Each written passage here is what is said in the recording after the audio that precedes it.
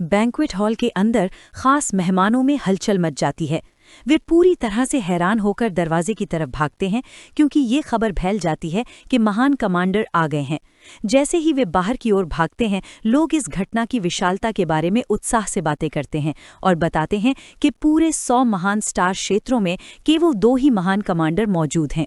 एक मेहमान बताता है कि जहां एक कमांडर बाहरी अंतरिक्ष के युद्ध क्षेत्र में दूसरे ग्रहों के जानवरों से लड़ता है, वहीं दूसरा कमांडर स्टार क्षेत्रों पर राज करता है, जिससे वो अरबों जातियों के बीच सबसे ऊंची सत्ता बन जाता है। भीड़ पूरी तरह से हैरान है और सोच रही है कि इतनी बड़ी हस्ती उनके इस आम से समारोह में क्यों आएगी। एक जबरदस्त राजनीतिक मौका देखकर उत्सुक वेल्स मेफू से जल्दी करने की जिद करता है और इसे 1000 साल में एक बार मिलने वाला मौका बताता है। बुजुर्ग बॉसे पूरे उत्साह से मान जाते हैं। उन्हें एहसास होता है कि जिस दिन उनके परिवार की सत्ता का हस्तांतरण हो रहा है, उस दिन महान कमांडर का वहां मौजूद होना लायर्स परिवार की हैसियत को बेमिसाल ऊंचाइयों तक पहुंचा सकता है। भीड़ हवेली से बाहर निकल आती है, जबकि घबराए हुए बुजुर्ग बॉसे अफसोस करते हैं कि उनके पास ठीक से स्वागत समारोह की तैयारी करने का समय नहीं था। बाहर हैरान परेशान साया अभी भी गार्डों के कब्जे में है और महान कमांडर के अचानक आने के बारे में हैरानी से कुछ बुदबुदा रहा है। गार्डों में से एक साया का चेहरा जमीन पर जबरदस्ती दबा देता है और उसके सिर पर अपना पैर रख देता है। वो बेरहमी से साया से कहता है कि वो अपना सिर नीचे रखे और दावा करता है कि वो महान नेता को देखने लायक नहीं है और उसे चेतावनी देता है कि वो इन खास मेहमानों का अपमान ना करे। एक विशाल अंतरिक्ष यान ऊपर हवा में लटक रहा है, जिससे जमीन पर रोशनी की एक तेज किरण पड़ रही है। लायर्स परिवार के बुजुर्गों समेत सभी खास मेहमानों की भीड़ पूरे श्रद्धा के साथ घुटनों के बल बैठ जाती है। जैसे ही रोशनी के बीच से एक आकृति धीरे धीरे नीचे उतरती है, वो आकृति जमीन पर उतरती है और सामने आता है लाल बालों वाला रौबदार महान कमांडर लिंगबू। जैसे ही घुटनों के बल बैठी भीड़ पूरे सम्मान के साथ उसका स्वागत करती है, महान कमांडर उन्हें संबोधित करने लगता है। वो सभी से खड़े होने को कहता है और बड़े ही सहज अंदाज में बताता है कि उसने सुना था कि लायर्स परिवार आज एक नया मुखिया चुनने वाला है। वो कहता है कि वो खास तौर पर बधाई देने आया है और बड़े ही विनम्र भाव से पूछता है कि क्या उसका बिना बुलाए आना किसी तरह की दखलंदाजी तो नहीं है। बेहद खुश होकर वेल्स को यकीन है कि वो महान स्टेलर कमांडर सिर्फ उसके उत्तराधिकार का सम्मान करने आया है। एल्डर बॉसी भी इस जबरदस्त उत्साह में शामिल हैं। पसीने से तरबतर लेकिन चेहरे पर चौड़ी मुस्कान लिए वो हैरान है कि उनके जैसे साधारण परिवार को इतना अकल्पनीय सम्मान कैसे मिल सकता है। आसपास खड़े रईसों में भी उतना ही आश्चर्य है और वे आपस में फुसफुसा रहे हैं कि लायर्स परिवार का भविष्य निश्चित रूप से बेमिसाल गौरव से भरा होने वाला है।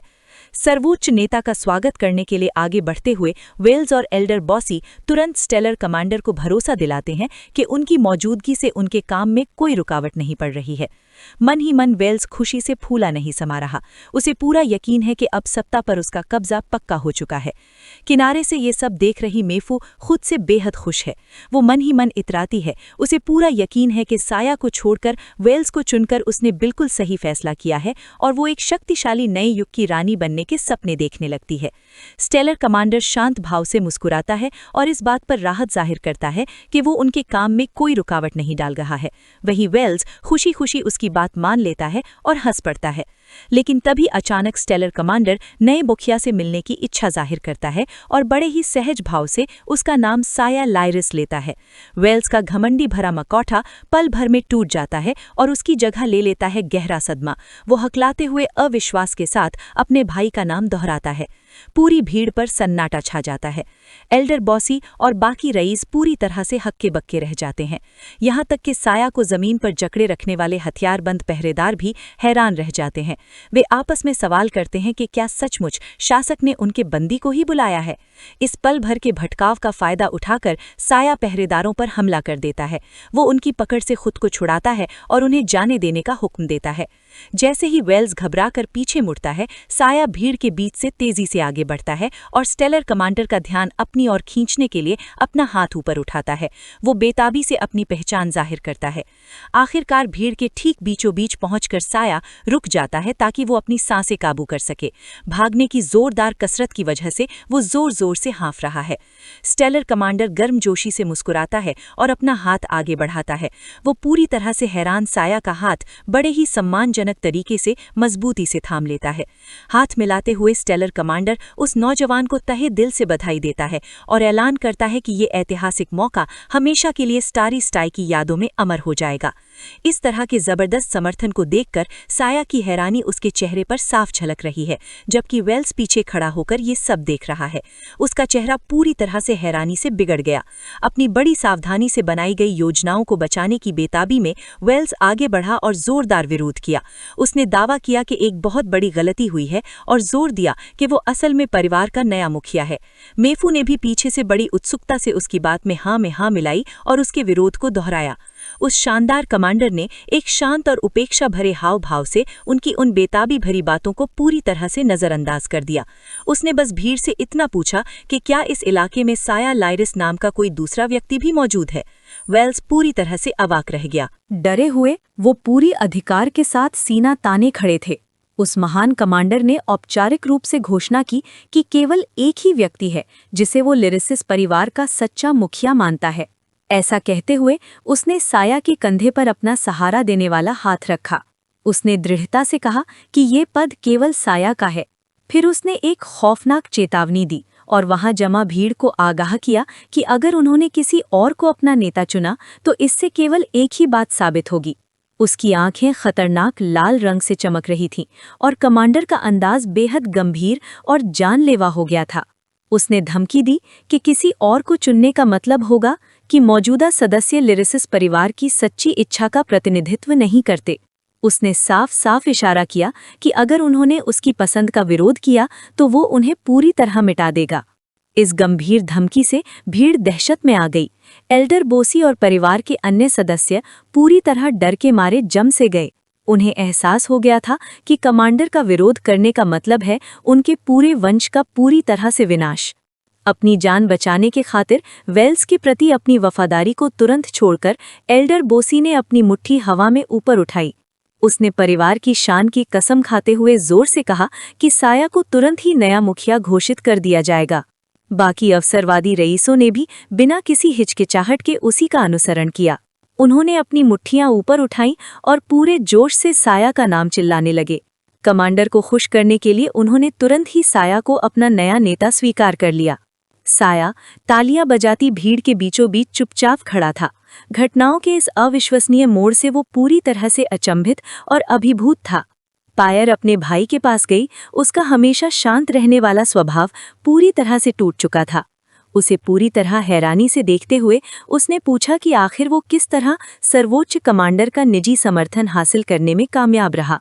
किस्मत के अचानक पलट जाने से टूटकर मेफू रोते हुए घुटनों के बल जमीन पर गिर पड़ी। उसे एहसास हो गया कि साया के साथ विश्वासघात करके उसने कितनी बड़ी और विनाशकारी गलती की थी। गुस्से के एक बेकाबू झोंके में वो वेल्स पर झपटी। उसने वेल्स का कॉलर पकड़ लिया और अपना भविष्य बर्बाद करने का सारा दोष उसी पर मढ़ दिया।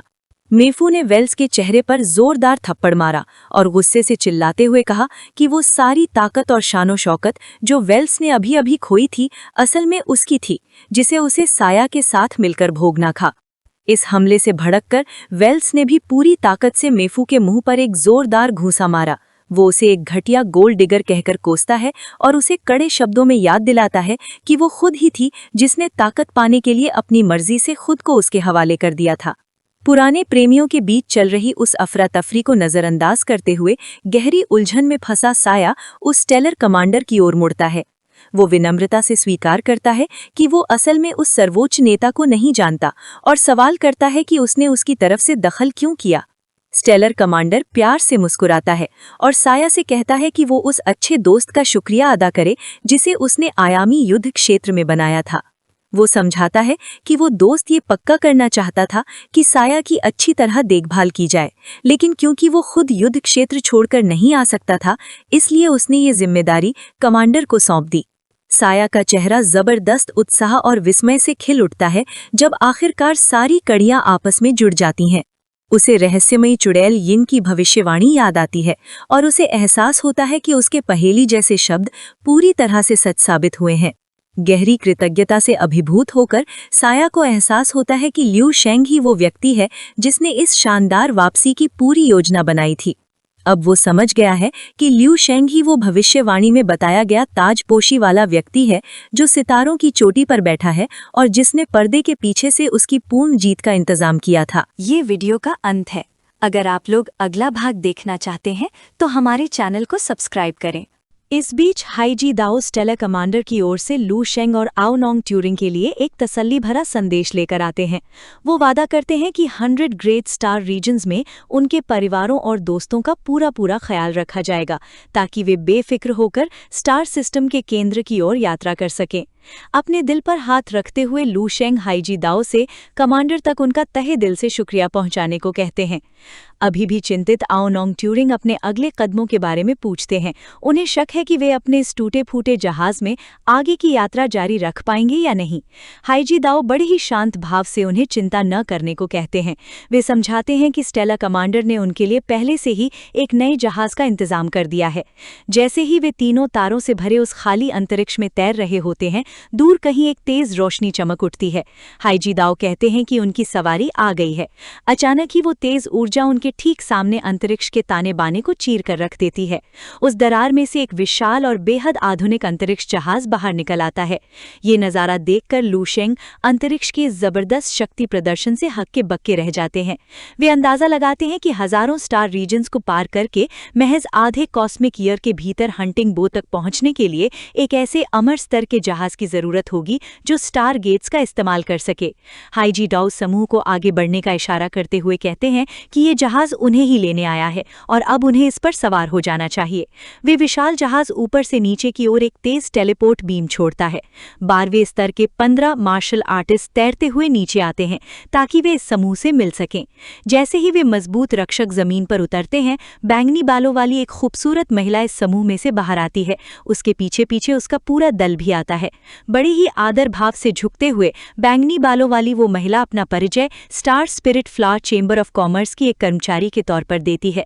वे बड़े ही गर्मजोशी भरे अंदाज में आदरणीय हाईजी दाओ का स्वागत करती है। हाईजी दाओ भी मुस्कुराते हुए मिस जाई यांग शेन के नाम से उनका अभिवादन करते हैं। वे जिक्र करते हैं कि उन्हें मिले हुए काफी समय बीत गया है और समझाते हैं कि उन्हें उनके जहाज पर लिफ्ट की जरूरत है। उनकी बातचीत को सुनकर लू शेंग को पूरी सच्चाई समझ में आ जाती है। दरअसल लिफ्ट लेने का असली मतलब ये था कि हंटिंग बो तक की इस पूरी यात्रा के दौरान वे लोग अंगरक्षकों की भूमिका निभाएंगे। जब जाई यांग शेन पूछती हैं कि लू शेंग और आओ नोंग ट्यूरिंग कौन है, तो हाईजी दाओ बस इतना ही कहते हैं कि वे उनके शिष्य हैं। लू शेंग को भी पलक झपकते ही पूरी स्थिति समझ में आ गई। जाई यांग शेन उन्हें साथ ले जाने के लिए तभी राजी हुई क्योंकि उसे लेवल 13 के एक्सपर्ट के तौर पर हाईजी दाओ की जबरदस्त ताकत की जरूरत थी। उसके लिए लेवल 12 के 2 स्टूडेंट बस बेकार के एक्स्ट्रा लोग थे। विशाल स्पेसशिप में चढ़ने के बाद तीनों यात्री अलग अलग हो गए और उन्हें उनके अपने अपने कमरों में ले जाया गया। अपने कमरे में आओ नोंग ट्यूरिंग हैरान रह गया। वे अपने शानदार कैबिन के आकार को घूरता रहा। ये देखकर कि इसमें सब कुछ है और ये सैकड़ों स्टेडियम जितना बड़ा है, इसमें आसानी से एक छोटा शहर समा सकता था। लू शेंग भी उतना ही हैरान था। उसने ऊपर देखा जहां उसके कमरे के ठीक अंदर ऊंची ऊंची असली जैसी दिखने वाली गगनचुंबी इमारतें बनी हुई थीं। इस बेहिसाब दौलत पर यकीन करना मुश्किल लग रहा था। उड़ने के लिए अपने पैरों के पास सुनहरी बिजली जमा करते हुए लू शेंग इस बारे में सोचने लगा। अगर ये विशाल शहरी जगह हाईजी दाओ के स्टूडेंट के लिए बस एक आम बात है, तो उस बुजुर्ग योद्धा का कमरा तो यकीनन और भी ज्यादा शानदार होगा। शहर को पार करने के लिए हवा में ऊंचा उड़ते हुए लू शेंग को इसके आकार का अंदाजा हुआ। चूंकि ये जहाज दर्जन प्लैनेट्स जितना बड़ा है, इसलिए किसी यात्री को शहर जितना बड़ा कमरा देना इसके बनाने वालों के लिए कोई बड़ी बात नहीं थी।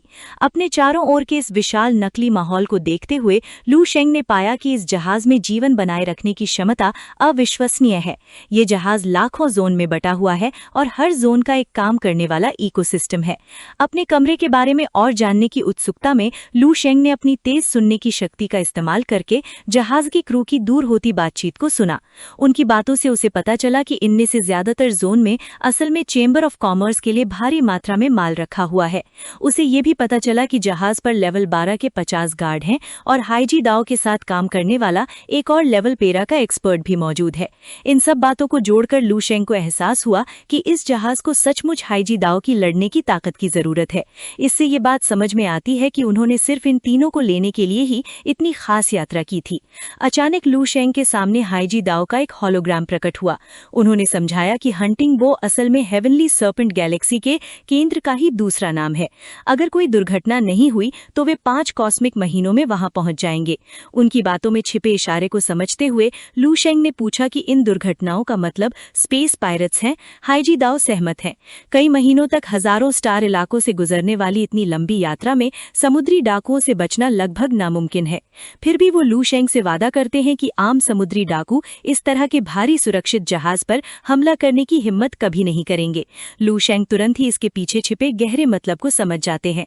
समुद्री डाकुओं का कोई भी ऐसा गिरोह जो सचमुच उन पर हमला करने की हिम्मत करे वो बहुत ही खतरनाक होगा। हाईजी दाओ उनसे सहमत हैं। वे कुछ पल रुककर इस बारे में गहराई से बात करते हैं कि इंसान के असली मकसद हमेशा से ही उन तारों वाले विशाल समुद्र में रहे हैं। वे ब्रह्मांड की एक दुखद सच्चाई बताते हैं। कई जोशीले नौजवान रोमांच की तलाश में अंतरिक्ष की यात्रा पर निकलते हैं, लेकिन धीरे धीरे वे क्रूर समुद्री डाकू बन जाते हैं। वापस तथ्यों पर आते हुए हाईजी दाओ बताते हैं कि वे अपना खुद का जहाज क्यों नहीं लाए। ये यात्रा इतनी लंबी है कि बिना किसी अमर स्तर के जहाज के इसमें जिंदा रहना नामुमकिन है, क्योंकि उनके दोनों घरेलू कमांडर सिर्फ एक ही जहाज का इस्तेमाल करते हैं। उसे उधार लेना नामुमकिन था। अपने नकली शहर के ऊपर ऊंचाई पर तैरते हुए लू शेंग इस तर्क से सहमत होते हैं। अपना खुद का बेहतरीन जहाज होना शानदार है। वैसे भी जहाज उन्हें सुरक्षित नहीं रख पाएगा। एक अमीर जहाज में छोटा सा दल उन्हें एक बड़ा निशाना बना देगा, जिससे लालची दुश्मनों के हताश हमले होंगे। हाईजी दाओ आगे कहते हैं कि अमर स्तर के जहाज बहुत दुर्लभ होते हैं, क्योंकि वे 14वें या उससे ऊपर के स्तर के जानवरों से बनाए जाते हैं। केवल स्टार स्पिरिट फ्लावर जैसे विशाल समूह के पास ही कई विशेषज्ञों के समर्थन से ऐसा जहाज खरीदने के लिए धन है। साथ ही केवल इसी प्रकार का जहाज स्टारगेट के कठोर दबाव को झेल सकता है। इस विचार से उत्सुक होकर लू शेंग पूछता है कि स्टारगेट यात्रा वास्तव में कैसे काम करती है। हाईजी दाओ एक उदाहरण देते हैं। सामान्य अंतरिक्ष यात्रा एक खाई को पार करने के लिए कागज के एक टुकड़े को मोड़ने जैसी है, लेकिन स्टारगेट अंतरिक्ष की अनंत परतों को एक वर्म होल में मोड़कर एक ही बार में पार कर जाते हैं। प्रकाश की गति से कहीं अधिक तेज यात्रा करने का यही एकमात्र तरीका है। लू शेंग इस विचार से चकित हो जाता है।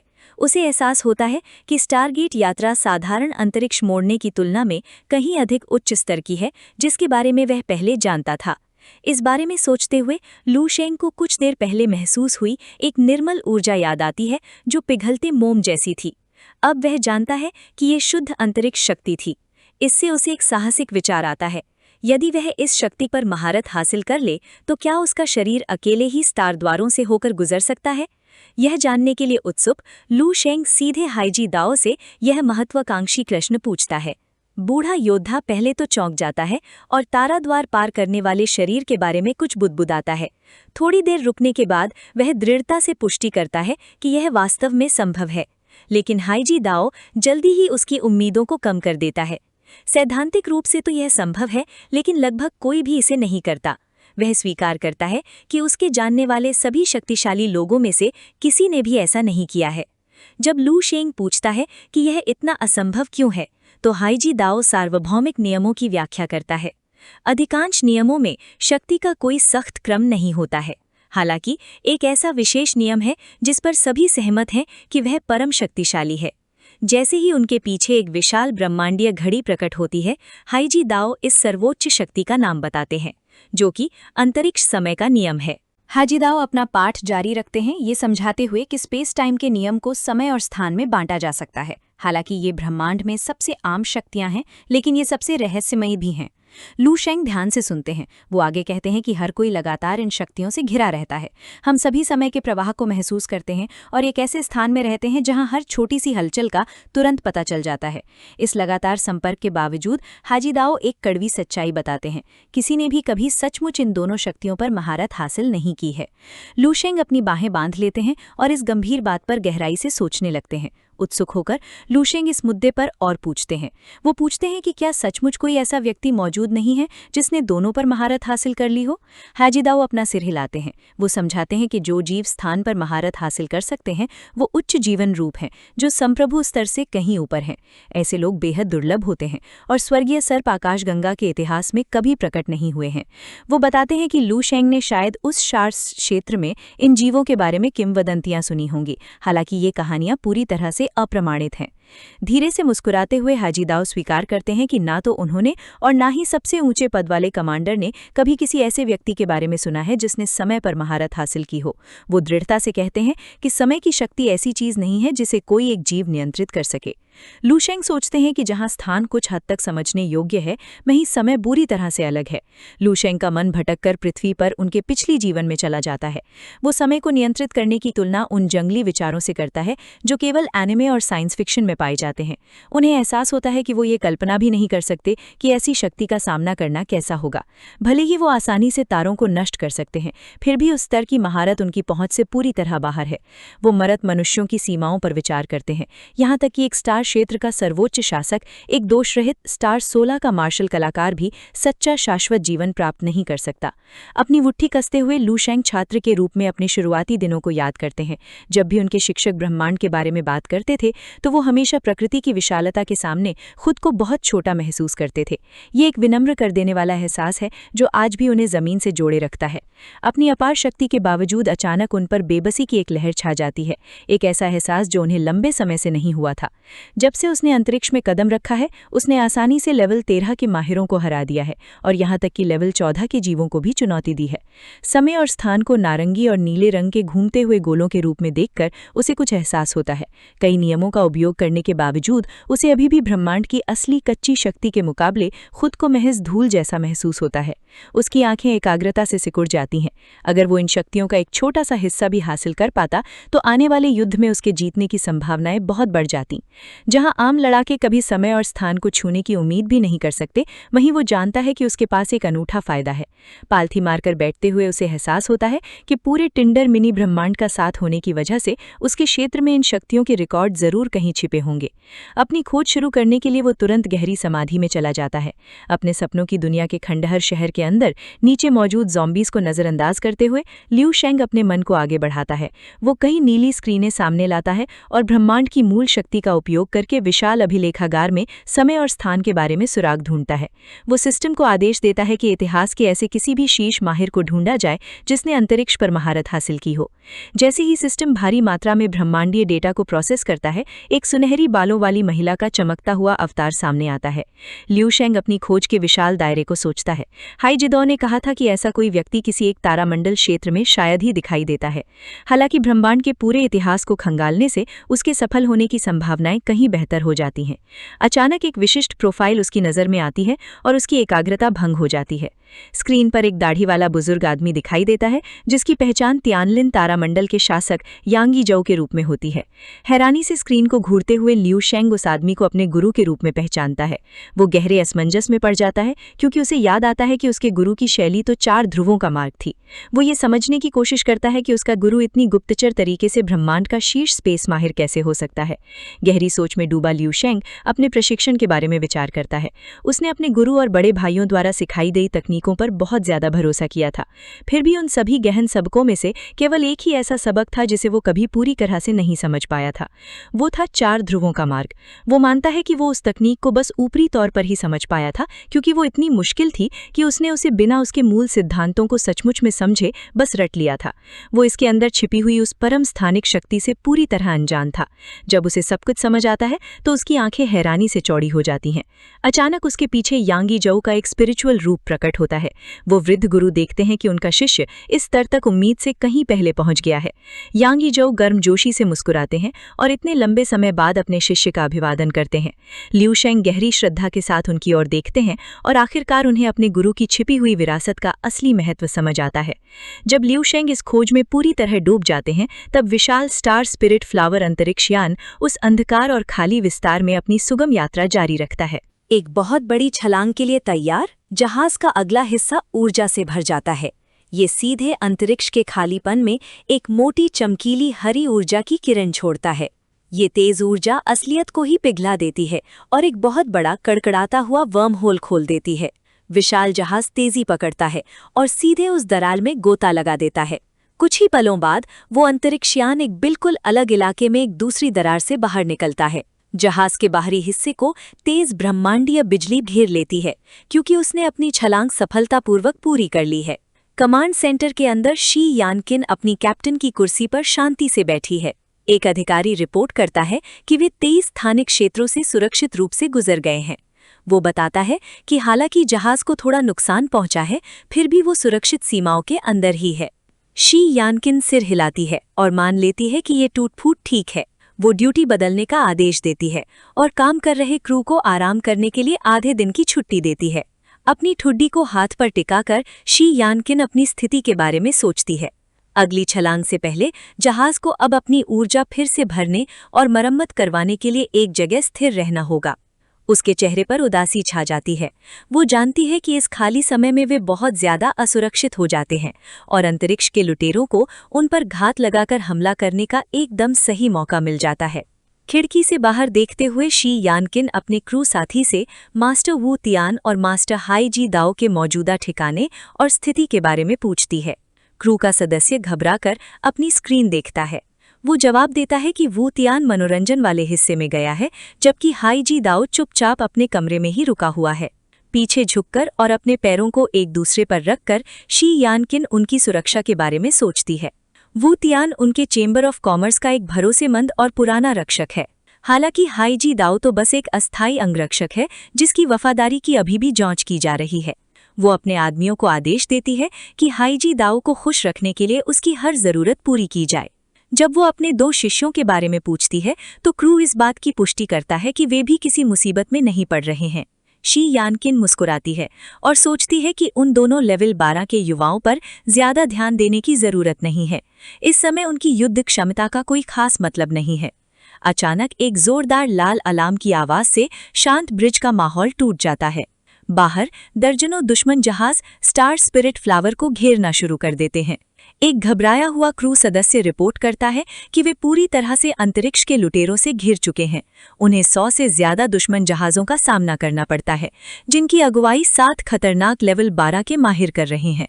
इस खतरे से जरा भी ना घबराते हुए शी यानकिन खड़ी हो जाती है। वो तुरंत आदेश देती है कि जहाज पर मौजूद सभी लेवल 12 और उससे ऊपर के लड़ाकों के लिए इनाम का ऐलान किया जाए। वो घोषणा करती है कि अब उनके किराए के लड़ाकों के लिए अपनी कीमत वसूल करने का समय आ गया है। एक ठंडी व्यंग्यपूर्ण मुस्कान के साथ शी यानकिन कहती है कि उनका मालवाहक जहाज समुद्री डाकुओं को एक मोटा आसान निशाना लग रहा है, लेकिन असल में ये एक जानलेवा जाल है।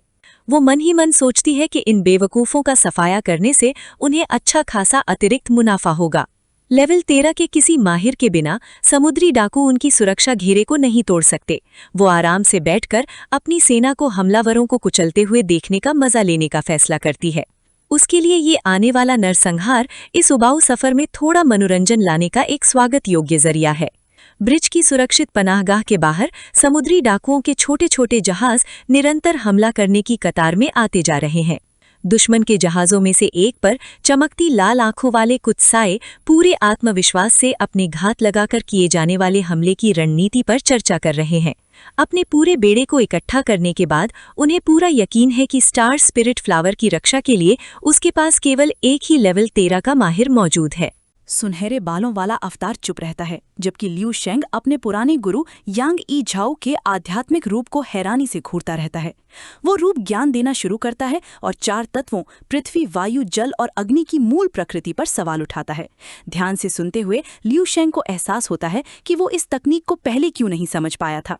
इसके मुख्य सिद्धांत उसके अपने 5 तत्वों के बारे में समझ से मेल नहीं खाते थे, जिसके कारण मार्शल कला के अलग अलग रास्तों को मिलाने की उसकी कोशिशें नाकाम हो गई थीं।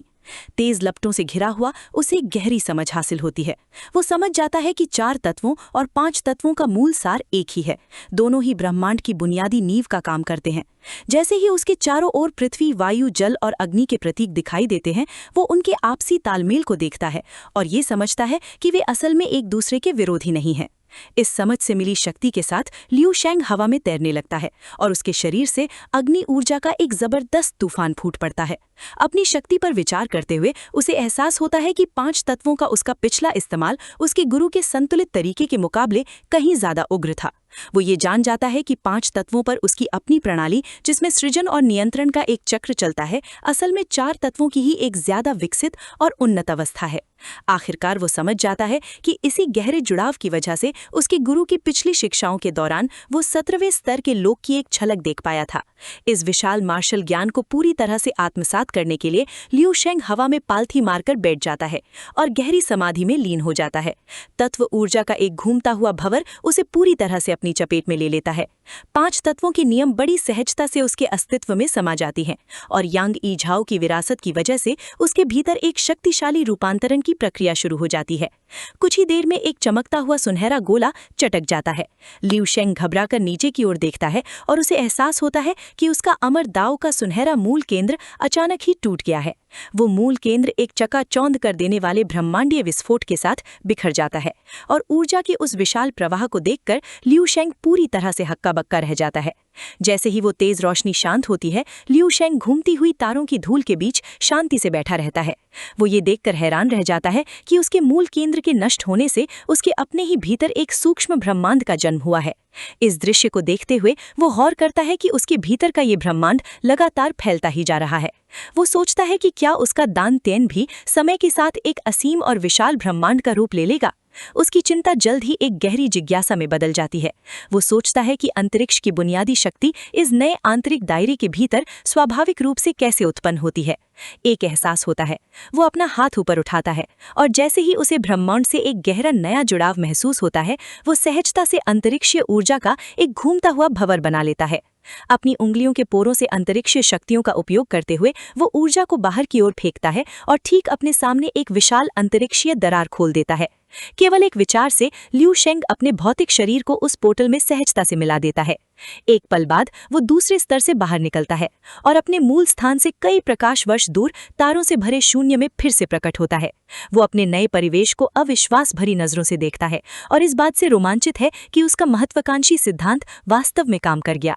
अंतरिक्षीय ऊर्जा का एक घेरा बनाते हुए वो अपनी इस उपलब्धि पर विचार करता है।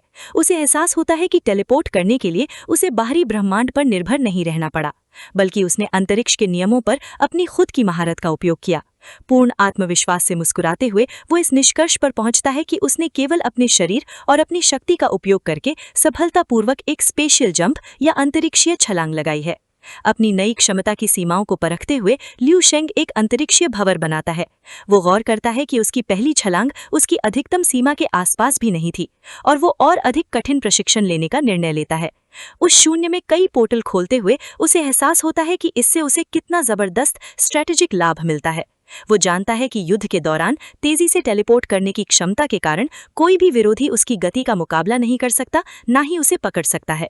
एक संतुष्ट मुस्कान के साथ उसे एहसास होता है कि स्पेस पर उसकी महारत का मतलब है कि अब उसे आसपास के तारकीय क्षेत्रों में यात्रा करने के लिए स्पेसक्राफ्ट्स पर निर्भर नहीं रहना पड़ेगा। अपने स्वप्न लोक के भीतर लियू शेंग खुशी खुशी अनगिनत पोर्टलों के अंदर बाहर गोते लगाता है। टेलीपोर्ट करने का ये निरंतर प्रयास स्पेस के नियमों पर उसकी दक्षता को आसमान की ऊंचाइयों तक पहुंचा देता है। कई महीने बिना किसी विशेष घटना के बीत जाते हैं। वास्तविक दुनिया में लौटकर लियू शेंग स्टार स्पिरिट फ्लावर नामक यान पर बने अपने केबल में अपने बिस्तर पर चुपचाप बैठा है। वो खड़ा होता है और विशाल ब्रह्मांड की ओर निहारता है। जैसे ही वो इस बात पर विचार करता है कि इतना समय बीत जाने के बाद भी उसकी साधना अभी भी 12वें स्तर पर ही अटकी हुई है, उसके चेहरे पर गंभीरता छा जाती है।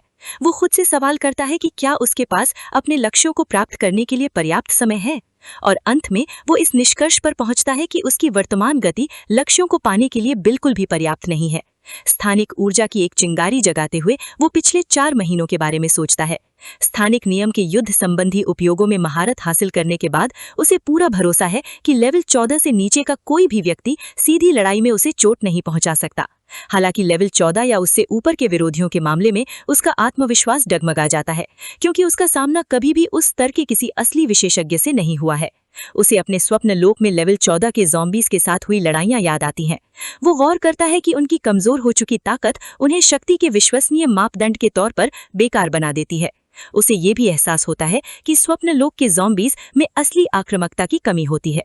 जब भी वो अपनी स्थानिक शक्ति का उपयोग करके पीछे हटता है, काबिलियत के साथ मरे हुए लोग हमला करना बंद कर देते हैं और कभी उसका पीछा नहीं करते, जिसका मतलब है कि उस पर अपनी मौजूदा लिमिट से आगे बढ़ने का कोई प्रेशर नहीं है। लियू शेंग अपनी हथेली में स्पेशल एनर्जी का एक बहुत ज्यादा कॉन्सेंट्रेटेड गोला बनाता है। अपनी मूवमेंट की काबिलियत के साथ उसने स्पेस के नियम का इस्तेमाल करके एक खतरनाक अटैकिंग टेक्निक डेवलप की है। वो इस वॉलेटाइल एनर्जी को सीधे दुश्मन के शरीर के अंदर टेलीपोर्ट करके फिजिकल डिफेंस को बाईपास कर सकता है, जिससे दुश्मन अंदर से बाहर तक फट जाता है। एक कॉन्फिडेंट मुस्कान के साथ लियू शेंग को एहसास होता है कि उसका हथियार इतना बड़ा हो गया है कि वो मुश्किल से अपने सभी पावरफुल ट्रम्प कार्ड्स का हिसाब रख पा रहा है। अपनी उंगलियां चटकाते हुए वो एक पुरानी निराशा को मानता है। स्पेस पर अपनी तेज मास्टरी के बावजूद उसे अभी भी बिल्कुल पता नहीं कि समय के मुश्किल नियम को कैसे समझा जाए। लियू शेंग एक चमकदार हलचल भरे मॉडर्न शहर में एक भीड़ भरे फुटपाथ के बीचों बीच आम पैदल चलने वालों से घिरा हुआ दिखाई देता है। बच्चे खेल खेल में उसके पास से भागते हैं, लेकिन लियू शेंग एकदम शांत रहता है, बहती भीड़ के सामने एक पत्थर की तरह खड़ा रहता है। उसे लगता है कि ये शांत शहर उसकी यादों का बस एक बनावटी भ्रम है। वो जानता है कि कड़वी सच्चाई ये है कि आने वाली कॉस्मिक मुसीबत में सबसे पहले उसका अपना ग्रह ही तबाह होगा। भ्रम को देखते हुए उसे दुख होता है कि वो इस मनगढ़ंत टाइमलाइन को सिर्फ देखने वाला है। जैसे ही उसके दिमाग में अजीब घड़ियों का भंवर आता है, वो समय की जबरदस्त महानता के बारे में सोचता है। उसे एहसास होता है कि जगह की ताकतों को तो बदला जा सकता है, लेकिन समय का बहाव उसकी समझ से पूरी तरह बाहर है। उसके गहरे ख्याल अचानक एक तेज बीप वाले नोटिफिकेशन से टूट जाते हैं। उसके चेहरे पर एक प्यारी सी मुस्कान फैल जाती है जब उसे एहसास होता है कि लंबी समय की चुप्पी के बाद आखिरकार किसी ने उससे कांटेक्ट किया है। ये वीडियो का अंत है। अगर आप लोग अगला भाग देखना चाहते हैं तो हमारे चैनल को सब्सक्राइब करें।